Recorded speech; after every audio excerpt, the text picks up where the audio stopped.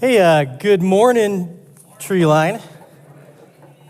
Yeah, I never know what people are going to say to that either, so it's always kind of a fun. This is fun to be on this side of the auditorium. Normally, I'm up there way in the back.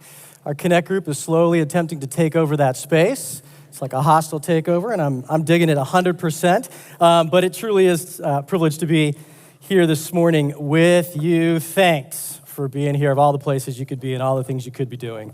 This is a great place to be. It was 1998. I like to refer to that as the late 1900s. It sounds so much long ago. I've been married about 3 years. My wife and I had been told clearly we would never have a child. We actually lost a baby about a year prior to ectopic pregnancy, but somehow we had gotten pregnant again, and all was progressing mostly on track. Around 6 months in, my wife started going into preterm labor. For all the dudes out there, that means baby come out too soon.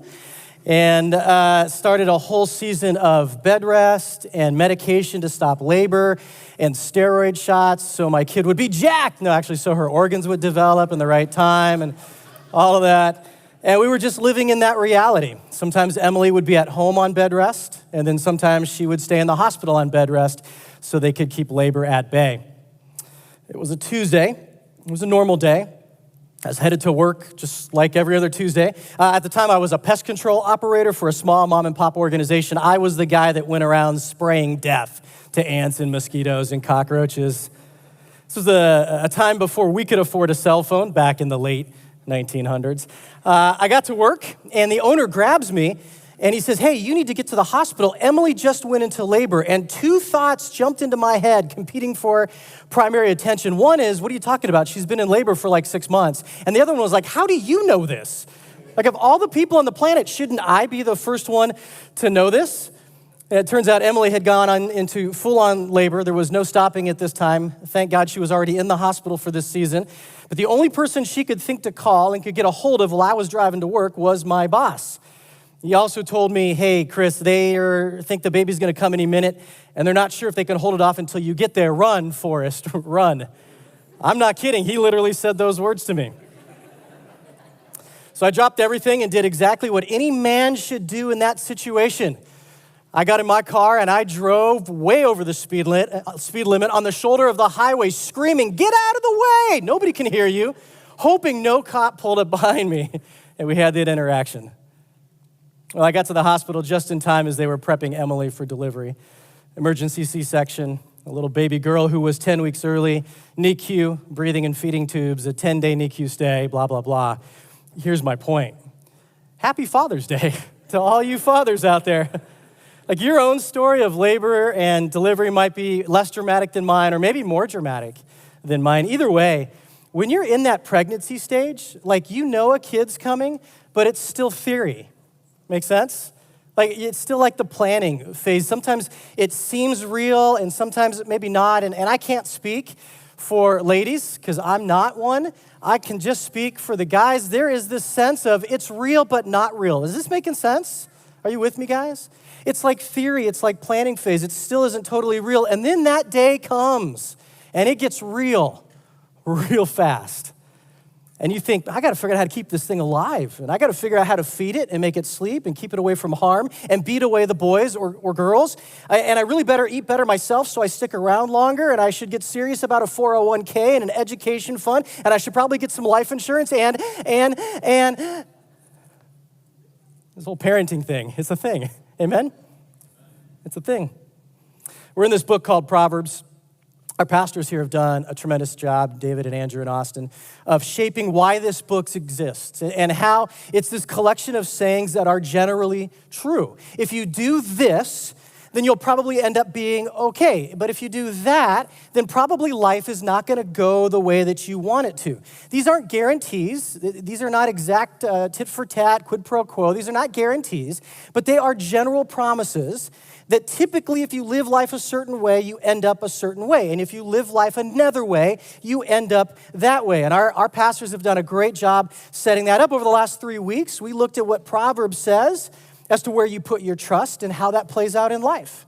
Or depending on which wisdom path you choose, that will take you to the place that naturally leads. and the vitality of friendships, how we're created for relationship, and how we spend our time with, how much that shapes us. But it's interesting because Proverbs doesn't just drop us into these wisdom sayings. It starts with a whole series. The first 9 chapters are actually a series of speeches from a father to a son in this moment of life where pregnancy had happened and it was theory, and then a child was born, and then that child grew up, and as that son moved into manhood, dad had some things to say, maybe some final things to say as kid launched out into life. Dad had come to the conclusion at some point of, dang, I got to help this kid learn to live smart. And that's how Proverbs starts. It's all these really cool speeches. 5 years ago, when that same daughter of mine, her name is Rebecca, when she got married, and on that day, as I walked her down the aisle, and I handed her hand, if you're a dad in here of a daughter who you've married, you resonate with this story. If you're a daughter who's been married, you might resonate with the story. If you're a college student or a young professional and you're like, what? That's okay, hang with me for a second. But as that moment happened, when I walked my daughter down the aisle and her soon-to-be husband stands up and grabs her hand, and I got both of them right there, and I whisper into both of their ears that for the last 22 years, I've been the primary man in Rebecca's life, like responsible for protecting and caring and nurturing. And I said, at this moment, Andy, her husband's name is Andy, I said, at this moment, it's now your problem. I mean, your privilege is what I mean. And that's kind of like what Proverbs is. Like these first 9 chapters is this dad saying, like, you're launching, and there's some things, there's a thing in particular that I really, really want you to understand. There's this thing that I want to say to you. And I want to also say, don't get hung up on the gender language here. It's every bit applicable from a father as a mother, a son to a daughter. There's some sections in these speeches where it's both mom and dad. Some of it's just dad. But the idea is that it's a parent to a child as they move into adulthood. If you have a Bible, it would be good to jump to Proverbs 1. These will jump on the screen as well, but I'd love you to see this. I just want to look at a couple of these. Proverbs chapter 1, starting in verse 8. This is just the first speech that we see from this father to a son. Look at what he says. He says, hear, my son, your father's instructions, and forsake not your mother's teaching, for they are a graceful garland to your head and pendants for your neck. Jump over to chapter 2. Look at verse 1. It says, my son, if you receive my words and treasure up my commandments with you, making your ear attentive to wisdom and inclining your heart to understanding. Yes, if you call out for insight and raise your voice for understanding, if you seek it like silver and search for it like hidden treasure, then you will understand the fear of the Lord and find the knowledge of God. Check out chapter 3. Again, verse 1, just another one of these speeches. There's either 9 or 10 of these in these first few chapters. Chapter 3, verse 1 says, my son, do not forsake my teaching, but let your heart keep my commandments. For length of days and years of life and peace they will add to you. That's an incredible promise, isn't it? Look at chapter 4, verse 1. Hear, O sons, a father's instruction, and be attentive that you may gain insight. For I give you good precepts. Do not forsake my teaching. When I was a son with my father, tender and the only one in the side of my mother, he taught me, and he said to me, let your heart hold fast my words. Keep my commandments and live. Get wisdom, get insight, and do not forsake, do not forget, do not turn away from the words of my mouth. Do not forsake her, and she will keep you. Love her, and she will guard you. The beginning of wisdom is this: get wisdom, and whatever you do, get insight. It goes on, but you get the gist. You see what's going on here. This idea, this most important thing that this dad can share, this parent who felt the pressure of raising kids, says the most important thing that they can get is wisdom. Wisdom is this very cool Hebrew word. You've heard it mentioned before. It's this word chachma. It's a very cool word. It has lots of richness and tone to it. It's why it sounds the way it does. Chachma. Chachma literally means the skills for living life well. That's what we all want, right?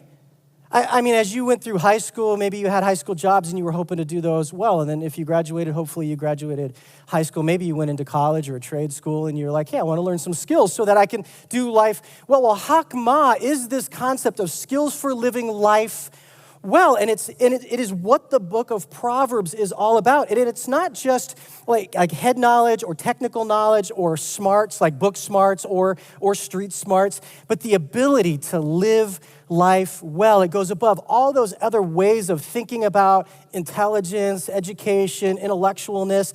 It is this idea of living life well. But we have this problem. We have this challenge with getting wisdom, with getting hakmah. It is the underlying issue with gaining it. The biggest problem that we have, if we could solve this one problem, we would be so far ahead in gaining wisdom, doing exactly what this father in Proverbs is saying. If we got this one thing right, like we would be there. Did I set that up enough? Are you ready to hear the problem? Here's the problem that we have, or at least that I have. We don't think much of God. We don't think much of God. We don't think much of God. We don't think much of God. We don't think much of God. We don't think much of God. We don't think much of God. You see how you can change that sentence just by emphasizing individual words? This is the issue. To us being challenged to living life well or to getting hakmah, this idea of skills for living life well, we don't think much of God. One aspect of that is quality. Like we think little about the size, the bigness, the vastness of God. This is interesting. This is going to be a no-brainer. You're going to be like, man, they asked this guy for this right here. This is some deep stuff right here. We can write the word God 3 ways. Did you know this? We can spell God 3 ways. Here's one way we can write it. Lowercase g, lowercase o, lowercase d, right? And we might say that word like, how would we say that word? God, right? It could be written that way.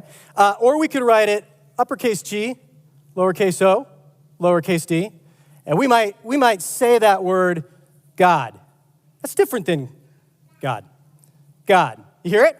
You with me? It's making sense? There's a third way we can write this word.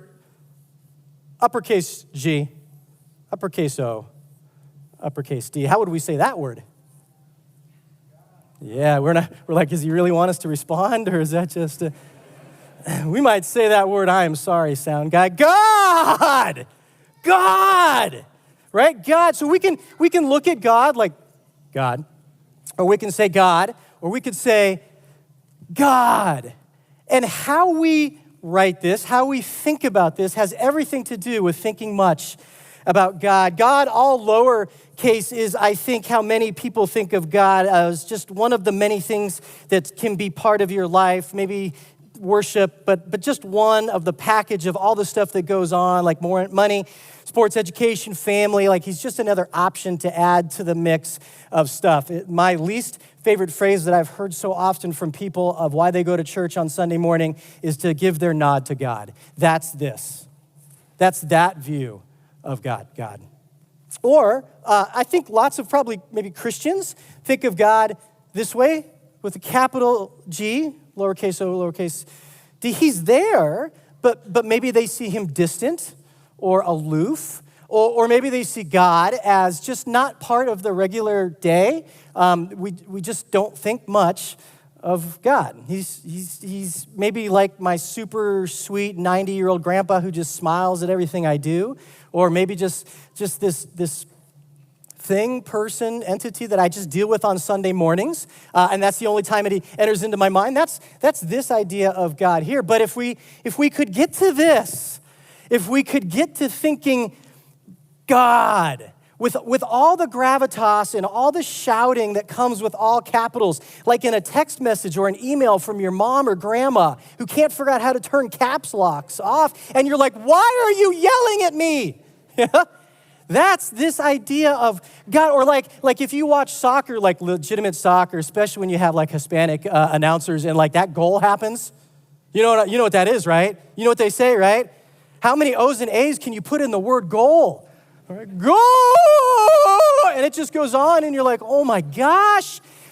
That's the gravitas that comes with thinking much of God, and I think it's the start of living life well. It's interesting because Jesus refers to this whole concept right here. And it's recorded in the Gospels of Matthew and Luke. Jesus is praying, and his disciples say, hey, teach us to pray like that, which would have been a very common request from disciples to their rabbi. They wanted to pray like their rabbi. They say, hey, teach us to pray. And what's great, Jesus does. Jesus teaches them to pray. And if you've been connected to church for a while, maybe you've heard of the Lord's Prayer, if you've heard of this phrase in Matthew and Luke. And Jesus says things like, give us this day our daily bread, like pray for food, right? And then he says things like forgiveness, like forgive us our sins as we forgive people who have sinned against us. Do you know, is this making some sense? Is this familiar? You're kind of familiar with this? But what's interesting, before he talks about either of those things, something that might be, I would suggest, more important than starvation without food or salvation without forgiveness. Jesus says there's something that's more primary than that. And it is this idea right here. And you know where that prayer starts? Do you know where that prayer starts?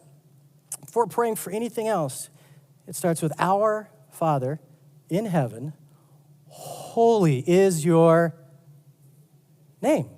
Our Father in heaven, holy is your name. Before salvation, before starvation, I'm going to teach you how to pray. He says, I'd suggest, think much of God. Before anything else, this mattered to Jesus, and I think it still matters to Jesus how we think about God. We might translate our Father in heaven, holy is your name, as let me think much of you today in quality. Look how the prophet Isaiah describes it. You don't have to turn there. It's not going to pop on the screen. Just hear the words. Isaiah says this about this God.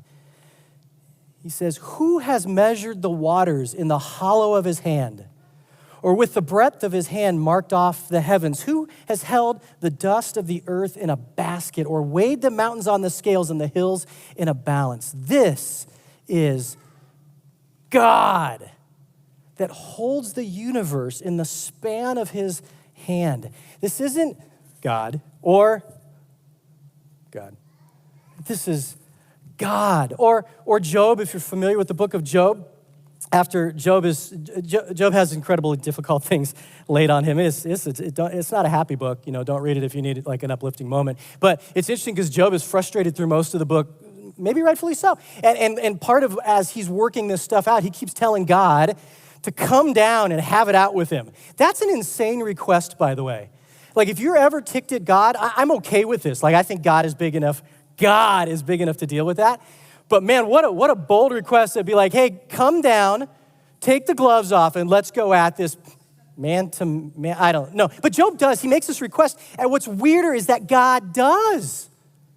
God comes down and interacts with Job. And this is what he says to Job right out the chute. He opens the door. I don't know how it actually worked. He opens the door. He walks into the room and he says, Job, where were you when I laid the earth's foundation?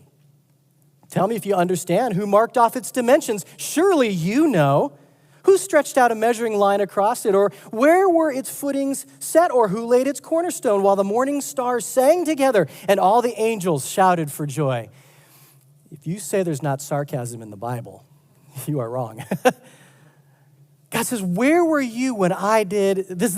This is God that we're talking about. Remember the 10 Commandments? You're probably familiar with them. They make their way into the news every now and then on a positive or negative side. They show up. Often the 10 Commandments, so interesting, like these 10 key rules for living life, especially for the Jewish nation. But do you know the first 3 are all about the same thing? They're all about what? God. God. Revering his name, keeping him holy, not worshiping any other gods. Like the first 3 of these 10 commandments, before it moves on to all these other concepts like not stealing or giving false testimony or coveting your neighbor's stuff or honoring your parents, the first 3 are all about this concept of God. See, the problem isn't that people don't believe in God. It's that people don't believe in God. And I think for us, it is the number one challenge to us thinking much of God and getting wisdom for living life well. But it's not just thinking much of God in quality, but in quantity as well. I mean, how often do we actually think about God? I mean, if we can even get to God, how often does he occupy your thoughts? There's so much distraction in our world, and it's not all bad distraction. Like, I'm not knocking any of this. We're not talking like sin and wickedness, although that might be true too, but there are just so many things in our world, good things, enjoyable things that I would argue God has given us to enjoy, the life he's created, in the world he put us in, and yet so often they become distractions that keep us from getting to God, thinking often about him. Our brains are so flabby. We just forget. We forget about the reality of God's goodness, his bigness, his love, his kindness, his truth. We need reminders. The Jews in the Old Testament in particular, they would often set up these piles of stone. When you read the Old Testament, you might hear them referred to as like pillars or altars or memorials of stone. And whenever God showed up and did something kind of unique, they would create these monuments, these piles of stone, so that they would remember what God did in that place. They were somewhat nomadic people. They would cruise around all the time. Every time they would pass by that, it would be a reminder for them, and it would be a reminder for their children. So when they walked past that again, they would talk to their kids about what happened at that space. And then their kids would hear that story 17,000 times from dad. And then they would tell their kids about it. And they would tell their kids about it. You see where this is going? Because they needed reminders of God. And we need reminders of God as well. For example, for the Jews, there's this moment where Jacob, a patriarch in the Old Testament in Genesis, he has this moment where he wrestles with an angel and he finds out it's God. We could talk about that a whole nother time. But after that whole episode is over, he sets up these pillars and he calls it Bethel, which literally means house of God, because he had this moment there. There's this other time later on when Israel is crossing over the Jordan River. They're going from one spot to another spot for some specific reasons. There's this big river in their way. It's not the Red Sea parting. This is a different one. And God just dries up the water and they go across it. And they're just like, they love that this was an amazing moment for them. And when they get to the other side, they set up this pile of rocks and they call it Gilgal, which literally means a rolling back of the water. Isn't that incredibly creative?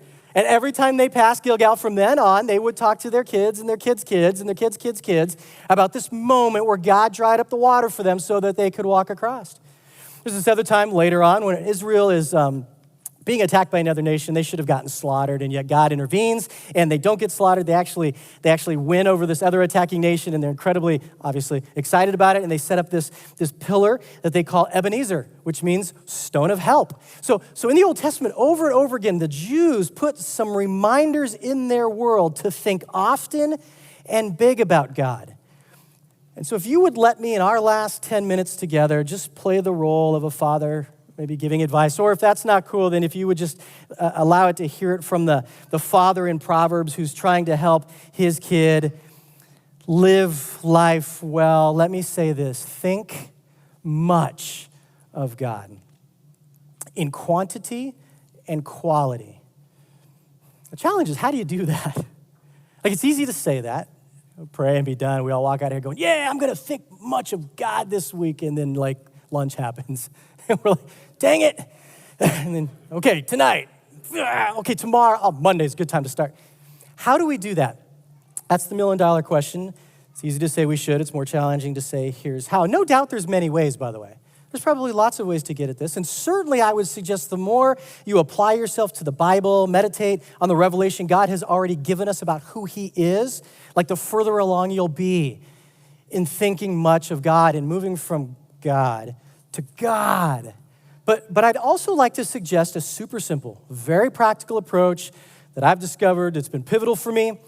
Frankly, I stole it from a book called 3 Words That'll Change Your Life by a guy named Mike Novotny. You can get it on Amazon. I think it's like $6. Mike Novotny, 3 Words That'll Change Your Life. I stole this practice from him, so I got to give him credit. Otherwise, I don't know what happens, but there you go. It is called this. We call it, ready? The practice of this.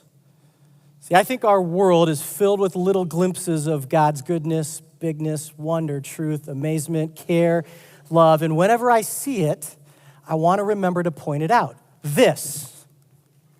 As in, this right here is a little thing that reminds me of a much bigger thing. Like this little moment or this little item or this little event is so good But in reality, it's just a small glimpse of a much bigger good. We call it this. Listen to Mike, how he describes it in his book. He says, my answer is, in How to Think Much About God, dogs and sausage patties and beer and buzzer beaters and avocado toast and all-inclusive resorts and sex and soccer and flash mobs and flannel sheets and grandkids and good coffee and everything you like about life. If you want to know how big of a deal God is, just look around. If you're struggling to think very much of God, start by staring at the world around you. This is my one-word summary for saying this thing is kind of like God. God created this and gave me this so that I could think more of him. God is like this, but much better. The way this makes me feel is a glimpse of how I will feel when I see his face. God must be even better than this. This is how I mentally turned God into God until I see him. This is the most frequent way that I hallow his name. And I'd suggest that this is what the Father in Proverbs is getting at when he says the fear of the Lord is the beginning of wisdom. Back to Mike. Mike says, whatever sparks a positive reaction in you is an example of this. That reaction might be joy, affirmation, acceptance, relaxation, relief, interest, excitement, curiosity, comfort, laughter, or a deep sense of being loved. But no matter how incredible the emotion, it is less than 1% of the happiness you will experience on the day you see God's face. Amen? Amen. I also think it's what the Bible author Paul is getting at in Romans 1, where he says, since the creation of the world, God's invisible qualities, his eternal power and divine nature have been clearly seen, being understood from what has been made so that people are without excuse. All of this reminds us of him. If you come to my house, you're going to find little Post-it notes all over the place with the word this written on it. You know those Post-it notes, those little yellow stickies? Sometimes they're blue in my house for whatever reason. And I've just written the word this on it, and I stick them on all the cool things in my world because I need reminders. Just like Israel needed reminders, these are my little this piles of stone. And if you come to my house, you will find them on my coffee pot, my air conditioning, heating, furnace, thermostat unit, my migraine medication, a picture of a guy who I recently reconciled with after years of struggle, volunteer badge from the camp for underprivileged kids that my youngest daughter works at. I stuck one on my wife one day, and that went as awkward as you could imagine that going, so that was fun.